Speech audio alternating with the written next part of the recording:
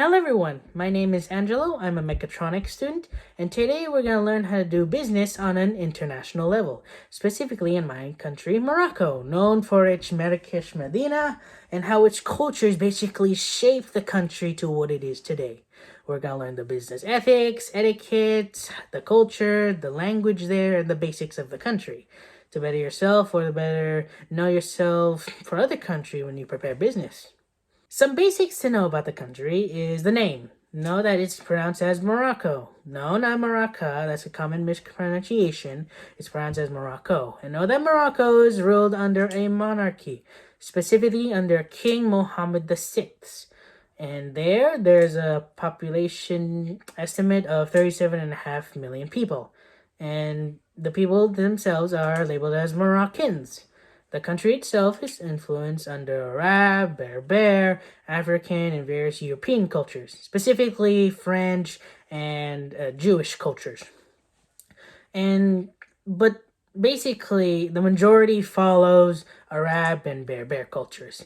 And location-wise of the country is located west of North Africa, right there of North Africa. Now that I taught you the basics of the country, we'll move on to a more elaborated talk on the culture and its context and how it affects the work environment. So know that in a business sense, everything is conducted in French. It is spoken in French, it is written in French, and is based on French tradition that business is conducted in. And as the business is structured, it is structured on a hierarchy order, where the person with the highest authority makes the decisions. So it's good to know to respect the manager, whoever has the high authority of the group when you conduct business meetings. But now in business meetings, they emphasize or they value respect, formality, and courtesy. They value all these three in business meetings. And they also value close relationships. So they're also comfortable working with people they know. And it takes time, however, to work with foreigners, such as if I want to conduct business there. So you want to start slowly when you want to do that.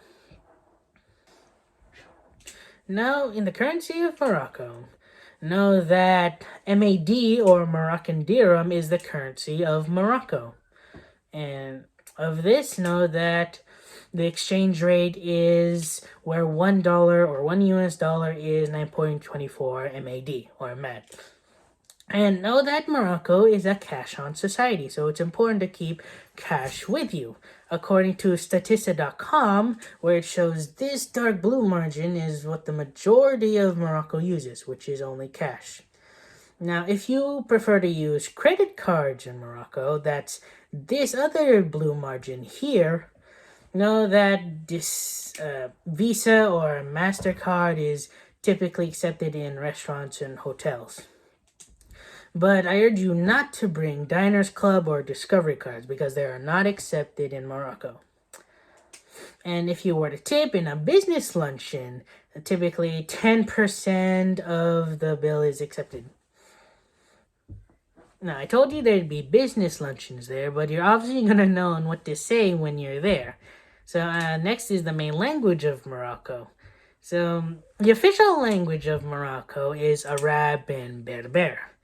And some common phrases to say are hello or haklam, goodbye, beshlama, and be with you peace, which is a respectful form of goodbye, is wa alaikum as salam, thank you, shukran, yes, naham, no, laha. Now, I say these phrases, but remember I told you that French is conducted in a business sense, so it's spoken in French as well. Not only that, but Spanish is spoken there as well as English there is spoken too. So, but it's not correct or it's not appropriate to say these phrases freely in Morocco, so it's more appropriate to say the official languages first before saying whether you're English or Spanish or in French. So, in that case, a translator is recommended when you go into the country. Now, important business ethics to know there are the legal system. And know that the legal system is just like ours, where it works under a dual legal system, where there's state and federal courts. Now, the only difference with Morocco is that there are secular courts based on French legal tradition, and there are courts based on Jewish and Islamic traditions. And some of the prevailing customs of Morocco include being multilingual, and Fridays are for prayers and kaskas, and sharing food is a must. And I kid you not, whether you're walking on the streets or in a form of transportation, it will be considered rude if you don't accept the food that is given to you.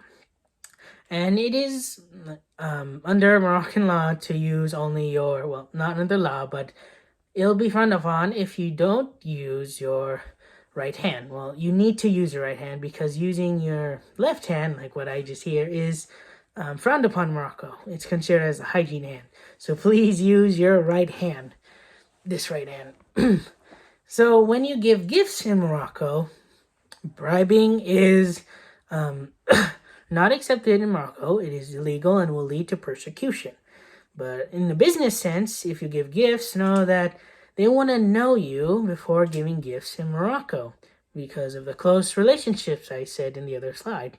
And when you receive or give gifts, they want you to, or want they open gifts privately because they're a very conservative society.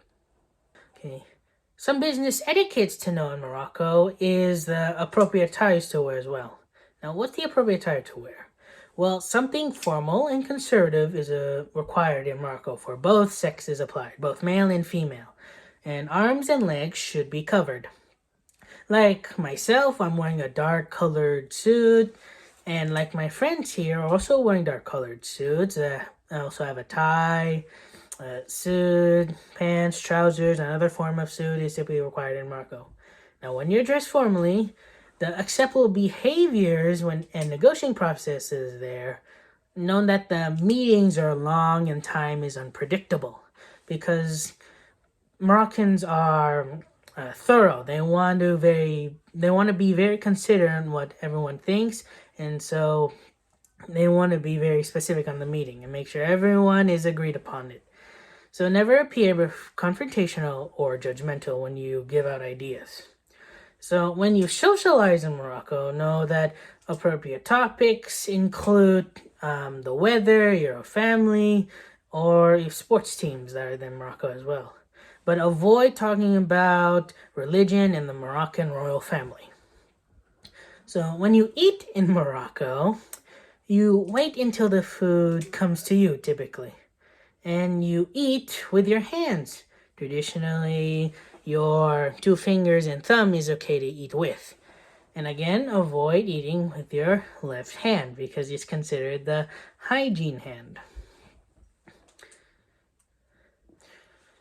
The business transactions in Morocco are important as well. Know that the banks carry out imports and exports that go into and out of the country. And the appropriate documentation is required to pay for the imports. And when they come in, the major imports include industrial equipment, crude oil, and various food products. Now that I taught you the business transactions, etiquette, ethics, culture, and language, now we'll move on when you actually get into the country. So know the important safety and travel restrictions there as well. So first, the restrictions and expectations of the country. Know that during this time, this year, temperature and health screenings are required. And proof of vaccination is required as well. But other than that, there are no restrictions when traveling there, according to the U.S. website. And but still valid ID and passports are required. And when you're actually in the country, know that you'll expect overcrowd when using transportation.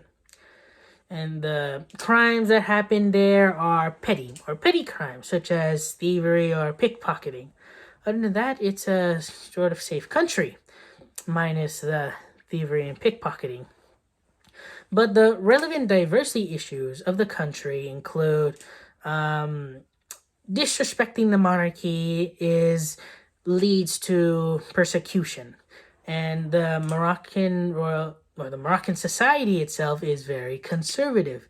I can't show emotion or go like that. No, I must remain quiet and make sure I hide my emotions.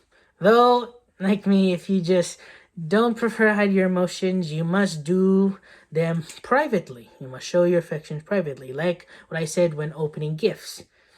And know that when you dress, not only in business, you must know to cover your shoulders and don't wear shorts when you're out in public.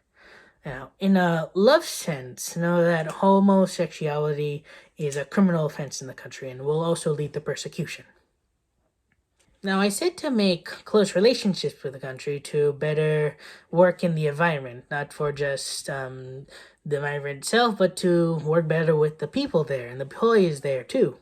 So it's good, for example, to participate in some cultural events. Something like the Berber or Masic New Year's, like New Year celebrated in our country, and Berber me and Masic is just two things that are similar, or they mean the same thing. And that's celebrated between January 12th and 13th. There's the Almond Blossom Festival, known for its blossom spreading across the Moroccan country. And there's the International Nomads Festival, celebrating the history of Morocco. There's Ramadan, which is also another cultural event. And there's Eid al-Fatir. So another example of making close relationships with the people and the employers is visiting some places that mean a lot to Morocco, such as the first slide with the picture of the Marrakesh Medina, which is a market of vast stands and places to symbolize a lot about the country. Another place is the Draw Valley, known for its almost look-alike fantasy castle world, as you can see here.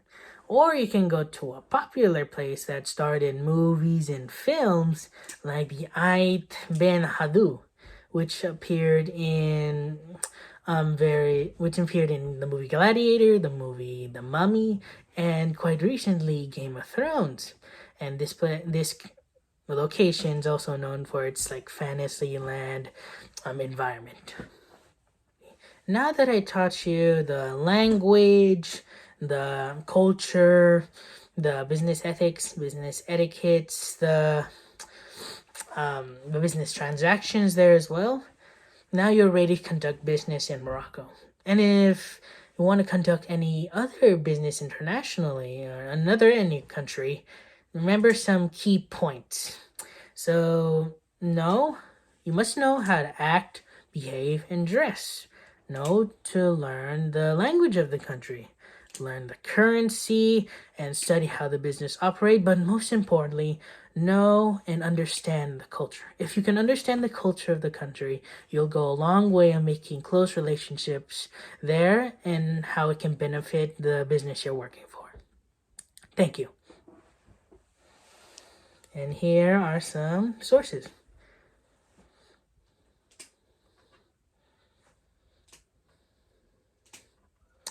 Thank you.